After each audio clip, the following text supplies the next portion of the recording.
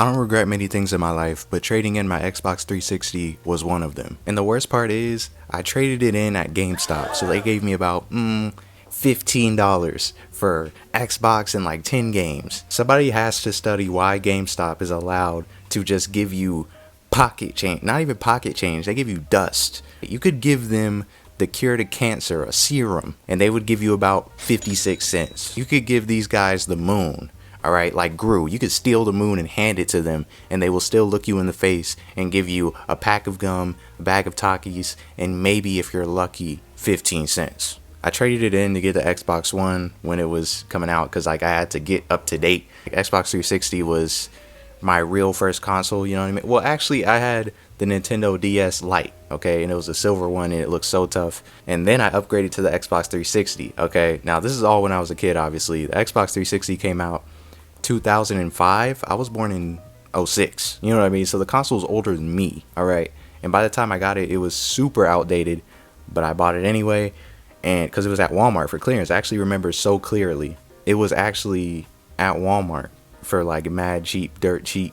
So I had bought it, and then the rest is history. The reason why I'm even making a video about this is because the Xbox 360 store is shutting down, or it already shut down at the point of this video. I think that's sad. So basically, you can only play games if you own them. You can't buy them through your Xbox 360 anymore, but it's still usable. You know, if you have physical games laying around, which you most likely do, you're good. I honestly feel like, and I believe this with my heart, that it's one of the greatest, if not the greatest, game console of all time. All right, I could sit here and list a bunch of good things about it, and that's exactly what I'm doing today. First of all, the controller is like the most satisfying controller to this day that I've ever used, okay? The closest we've gotten to that was like the PS5 DualSense. The closest we've gotten to the 360 controller in terms of satisfyingness. What? Satisfaction? Satisfyingness? I'm just inventing words. That's how good the Xbox 360 was. The triggers were just satisfying, you know what I mean? The buttons. Everything was just perfectly built, and it was like perfectly molded for the hand, so it was comfortable. You didn't get old. The only thing negative I could say about it was the battery pack in the back. Why are you here? Why are you back? We don't need you here. That was the only complaint I have. But the indicators showing who's player 1, 2, 3, and 4, toughest thing, coolest thing, design I've ever seen still. Man, thank you guys. We don't do stuff like that anymore. You know, PlayStation, they do the separate colors, but like, so what? This actually showed you exactly how many. It was great. The UI, smooth, okay? The avatars, smooth. Nobody even touches the avatars on Xbox anymore. But on the 360, you bet your bottom dollar, all right, that I was customizing the heck out of my character. I remember what it looks like to this day. I still wish I had my old account. I have a new Xbox account because I'm still on Xbox. I lost my old account, and it's a shame. It's still out there somewhere. Still remember the username and everything. It's still there, but it's just I can't claim it. I can't do anything. I want to talk about the Kinect, okay? Because the Xbox 360 Kinect just clears the Xbox One Kinect. The Xbox One Kinect, they just lost the plot. I don't even know what they were thinking, but the 360 was perfect. The Kinect games were perfect. I remember playing like not Kinect Sports. It wasn't called that because that would be infringing on Wii Sports. It was like Xbox version of Wii Sports, but it was just as good. It was Kinect Sports Adventures, something like that. I'm gonna put it on screen if I find it. Okay, that game, I used to rage quit that game. They used to have full Olympic games. You know, they used to have like track and field, volleyball, all types of sports, and it was so goated. Then we get into the dance games like Dance Central. Okay, y'all talk about, oh, just dance this, just dance that. Dance Central was the real game. That was the real fire. They had actual choreographed, better choreography overall, better song selection. I used to rage quit these games, man. I mean, the Kinect was just unbelievable. It was actually reliable. The Xbox One Kinect barely worked. What's some more games that I used to have? I had Kinect Wipeout. You know the game show Wipeout? They go on an obstacle course over water and they wipe out. I had that on Kinect, and that used to be so hard, okay? And speaking of Wipeout games, because I used to have Wipeout on remember I brought up my Nintendo DS Lite, my first ever gaming system. There was a Wipeout game on there, and I got so far into the game until it was like a nighttime level. I don't know if I can find it or Google it, but it was a nighttime level, and it was the hardest thing ever. Like I talk about rage quitting.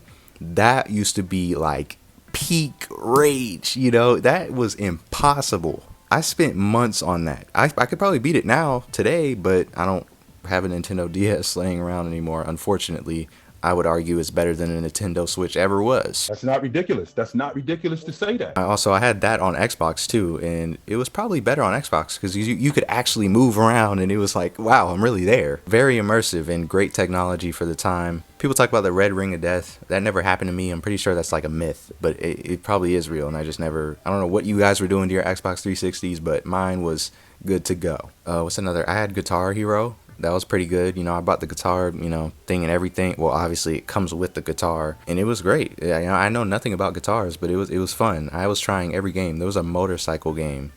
I don't know what it's called, but it's still popular and it's still out like right now. I wouldn't say it's popular, but it's still, you can play it on your PS5, Xbox One series, whatever, the Xbox series right now. I don't remember the title. I'm gonna find the picture. For you. I used to have that. I used to have every game. Xbox 360 has so many games, and the blessing of having an Xbox 360 when it was super outdated is that all of the games are cheap. So you could literally go to Walmart, anywhere. You could literally buy these games, go to GameStop, get the used games for dirt cheap, $5, and you would be good. You could play those games forever. To this day, you could have it. If I still had it, I would play it. Because I'm looking at my Xbox Series S, and I haven't touched that thing in months now, and I haven't even been like, oh man, I miss it. There's just nothing, and there's probably great games out there, but I'm closed-minded, so I like to stick to my comfort games. One day I'm gonna actually download some games that are outside of my comfort zone, and we're gonna try those. Another feature that I used to utilize was playing movies and CDs, like music CDs, on my Xbox. The Xbox became my CD player and movie player. I used to have mad, my family used to have mad DVDs and movies just laying around, and I would buy my own. I would watch the same 5 movies over and over and over. I used to have SpongeBob complete seasons, so I just used to be able to just chuck that thing into my Xbox 360 and just watch it all day. Because cable TV died a long time ago. People act like it's a new thing. It died a long time ago. We've been watching DVDs and all that.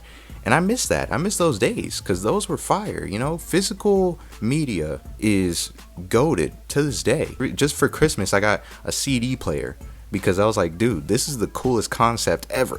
I'm not trying to be different. I promise I'm not trying to be this like cool guy. Oh, look at me, I got this. But it's just, CDs are cool to me. That's what I grew up on. DVDs and CDs. So it's nostalgic and it's fun. And it's a good way to support music artists directly. Lego games. I used to have all the Lego games on my Xbox 360 as well, so that was fire. The Xbox 360s used to come with Xbox Live Gold free for a month. Just a code in there for a month. Your first month free. And it used to come with a game. We don't do that anymore. You buy the console now, they're just going to say, good luck, buddy. One of these days, they're just going to remove the controller out of there. Just get the system, man. You got to buy it separately. Sorry. Same thing the iPhones are doing, bro. We don't even have chargers in the iPhones anymore. Is that not crazy? I have a theory. I think the PlayStation 5 plagiarized the Xbox 360 because they know that console is goated. Xbox 360 was the first console to have the hourglass shape. And now here comes PlayStation. Yeah, we're going to do the same thing, but 10 times bigger, and it's going to look ridiculous in your house. But PS5 is ultimately winning the console wars right now. All right, Team Xbox, we had them with the 360. The PS3, what is that? Nobody even knows, because the 360 was just like that. And now the script flipped again, and PlayStation's been killing us since the 4. But now, future Xbox, they're saying the next gen Xbox is going to have Steam on it. We're going to be able to play all the PC games we want on our Xbox, which is basically just a PC at this point. And it's going to be cheaper than a PC. So, like, we're going to kill them on this next gen. All right. If all these rumors that I'm hearing are true, then say goodbye, PlayStation. Say goodbye.